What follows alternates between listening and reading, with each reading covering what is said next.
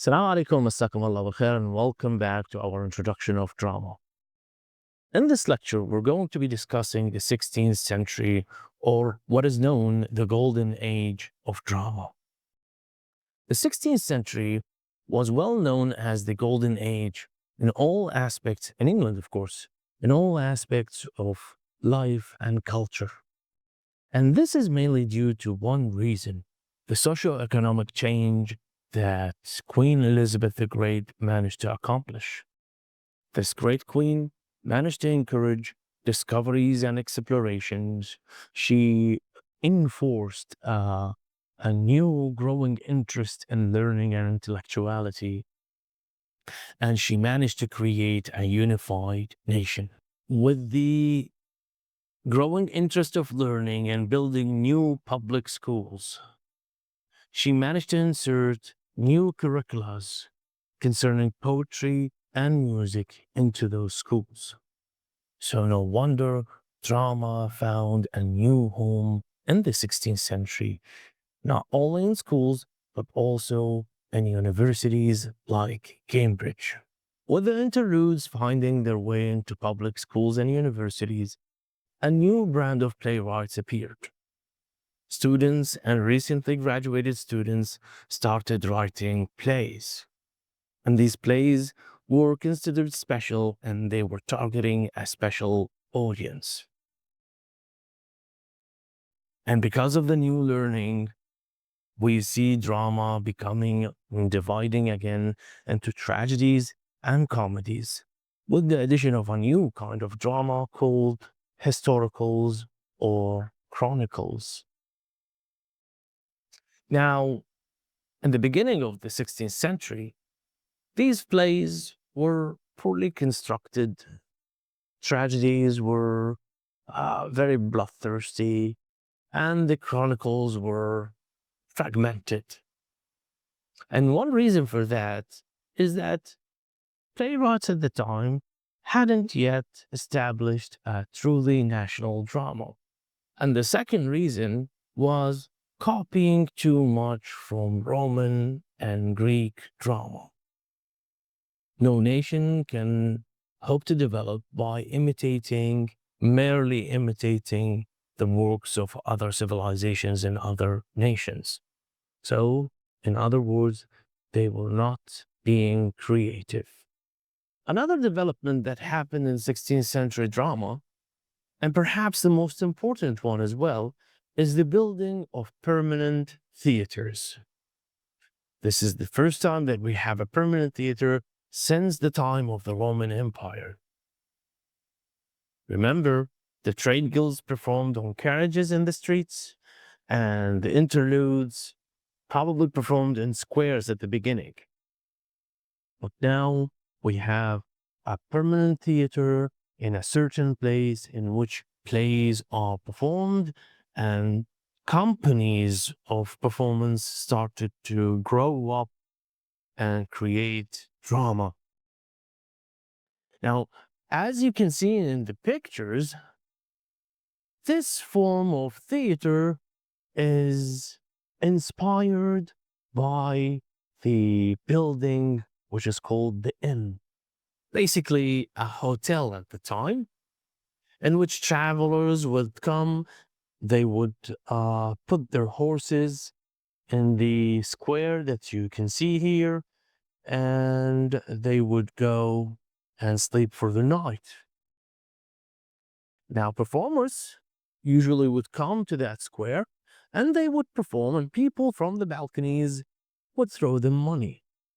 That was a source of inspiration to build the English theater, the early English theater, really. Now, as you can see, this is the inn, and this is here is the theater. You can see the stage, which is, connected to the audience somehow. There is no separation between the audience and the actors, and probably people would not hesitate to show their emotion, whether positively or negatively, for that matter. So if the performance was poor, they would beat the actors, and if the performance was good, well, they would show a certain reaction. And people who would be around the stage, they would be standing. They are the poorest of the people, of course, and people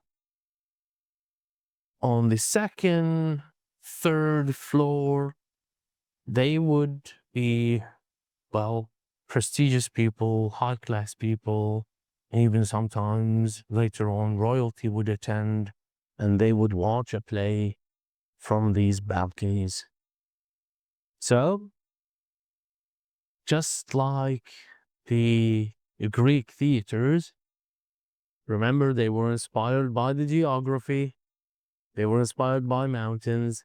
Now in England, we have another source of inspiration, which is the inns on which or upon which the English theaters were built. Now, unfortunately, because of the great fires in London and in different places in England, and because these stages or theaters were built basically from wood, none of them has survived to this day. But we know the concept and we know how they looked like. Into this world of growing intellectuality, public schools, and permanent theaters, Christopher Marlowe and William Shakespeare were born. Before them, drama developed stately and very slowly, and most of the plays before them were completely forgotten. Then the young Christopher Marlowe started writing plays. The language that he used was very exciting and very beautiful to the extent that it breathed a new spirit into English drama. And the men he spoke about and wrote about came alive on the stage and people started relating to them. Then, at the age of 29, he was killed in a very ambiguous fight.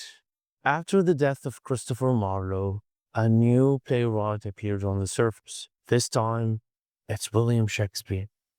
Not only the greatest playwright who ever lived, but also the measurement of quality in drama. Now, we can talk for long and long about William Shakespeare. Thousands of books were written about him, thousands of articles, but here we're more concerned with three elements: his plots, his language, and his characters.